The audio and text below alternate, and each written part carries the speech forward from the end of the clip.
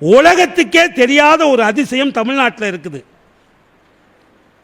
உங்களையும் பல பேருக்கு தெரிஞ்சிருக்காது. இந்த வாட்ஸ்அப்பை பார்த்துருந்தீங்கன்னா தெரியும். நான் இது வரைக்கும் நேரில் போனதில்லை, நாகப்பட்டினம் வரைக்கும் போயிருக்கேன். இனிமேல் போனால் அந்த ஊருக்கு போகணும்னு நினைக்கிறேன்.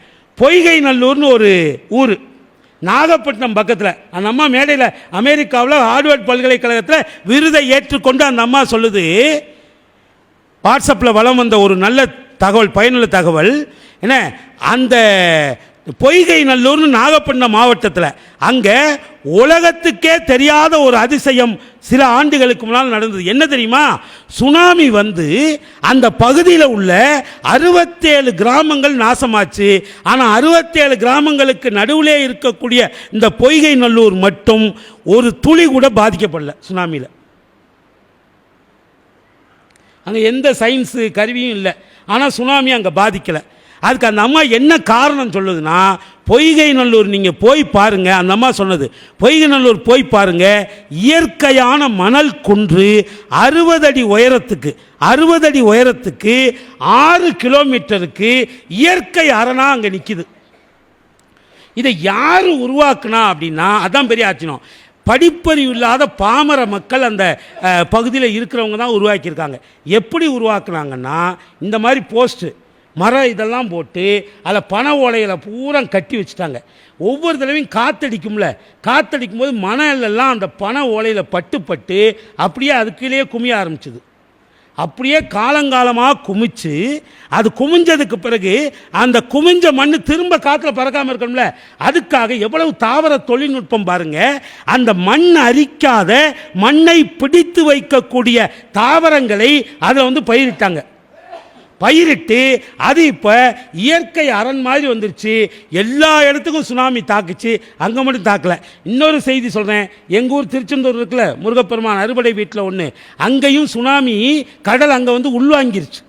எல்லா இடத்துலையும் வெளியே வந்தது, அங்கே உள்வாங்கிருச்சு. காரணம் என்னென்னா, இதே மாதிரி நீங்கள் சூரசம்ஹாரம் நடக்கிற இடம் பார்த்தீங்கன்னா இந்த மாதிரி மிகப்பெரிய மணல் குன்றுகள் தான். அதை இயற்கையாகவே அந்த காலத்தில் உருவாக்கி வச்சுருக்காங்க. அந்த பொண்ணுக்கு போலியோ அட்டாக் சின்ன வயசுலேயே, ஏன்னா ஏழ்மையான குடும்பத்தை சேர்ந்த பொண்ணு. அது இந்த இதை கண்டுபிடிச்சி சொன்னதுக்கப்புறம் அந்த கிராமத்தில் சுனாமியால் நிலம் பூரா உப்பு படிஞ்சு போச்சு, பூரா உப்பு படிஞ்சிருக்கு. இந்த உப்பு படிந்த இந்த நிலத்தில் 10-15 வருஷத்துக்கு விவசாயமே பண்ண முடியாதுன்னு விஞ்ஞானிகள் சொல்கிறாங்க. இந்த அம்மா ஒரே வருஷத்தில் பண்ணி காட்டுச்சு. ஒரே வருஷத்தில் அந்த இடத்துல அது திரும்ப பயிரிட்டு காட்டியது.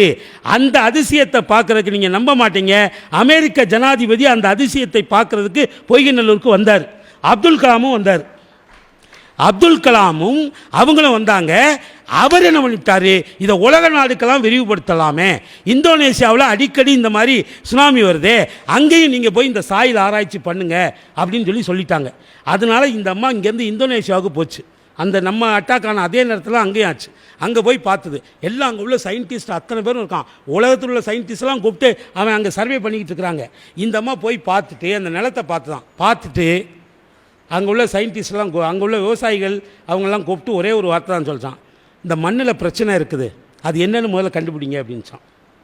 ஏம்மா மண்ணை தோண்டவும் இல்லை, கையே வைக்கலை, நீ பாட்டுக்கு மண்ணுக்குள்ளே பிரச்சனை இருக்குண்ணா, பிரச்சனை இருக்குது நீ தோண்டு அப்படின்னு.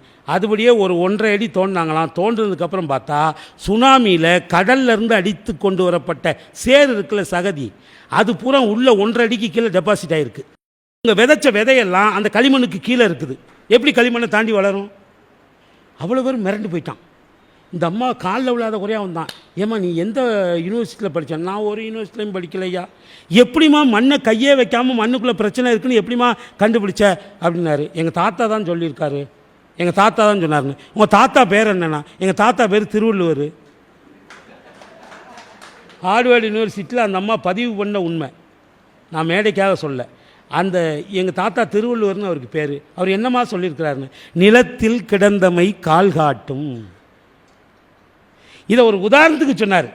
ஒருவன் என்ன குலத்திலே பிறந்திருக்கிறான் என்பதை அவனுடைய வாய்ச்சொல், அவன் நல்ல குலமா கெட்ட குலமா என்பதை அவனுடைய வாய்ச்சொல்லை வைத்து தெரிந்து கொள்ளலாம். எப்படி என்றால், நிலத்தினுடைய தன்மையை, உள்ளே இருக்கிற பொருளை வைத்து நிலத்தின் தன்மையை உணர்ந்து கொள்ள முடியும். நிலத்தில் கிடந்தமை கால் காட்டும், குலத்தில் பிறந்தார் வாய்ச்சொல். எங்கள் தாத்தா வள்ளுவன் தான் சொல்லி கொடுத்தான்னு அந்த அம்மா அமெரிக்காவில் சொல்லி அதுக்கு அவார்டு வேறு வாங்கியிருக்குது. இங்கே இருக்க ஹூ இஸ் திருவள்ளுவர் அப்படிங்கிறான். திருவள்ளுவரை தெரியாதவங்களாம் நாட்டில் இருக்கக்கூடாது. அவங்களாம் தேச துரோகியாக இது பண்ணி என்ன திருவள்ளுவர் போகாத ஏதாவது ஒரு நாட்டில் கொண்டு போய் அந்த ஆளெல்லாம் தூக்கில் போடணும். எப்படிப்பட்ட